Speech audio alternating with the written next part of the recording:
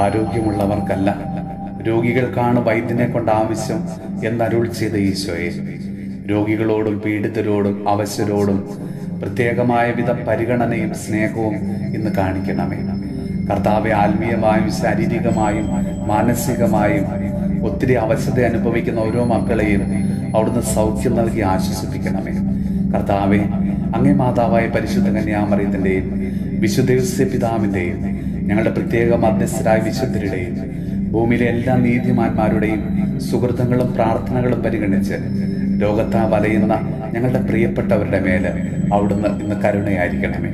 കർത്താവെ, എല്ലാ വേദനകളും ആകുലതകളും ആത്മാവിനും ശരീരത്തിനും ഉപകരിക്കത്തക്ക വിധം ക്ഷമയോടും സന്തോഷത്തോടും കൂടെ ദൈവ തിരുമനസ്സിനോടുള്ള വിധേയത്വത്തോടെ ശാന്തമായി സ്വീകരിക്കുവാൻ വേണ്ട അനുഗ്രഹങ്ങൾ എല്ലാ രോഗികൾക്കും അവിടെ നൽകണമേ. കർത്താവെ, രോഗികളെ ചികിത്സിക്കുകയും പരിചരിക്കുകയും ചെയ്യുന്ന എല്ലാ മക്കളെയും അവിടുന്ന് അനുഗ്രഹിക്കണമേ.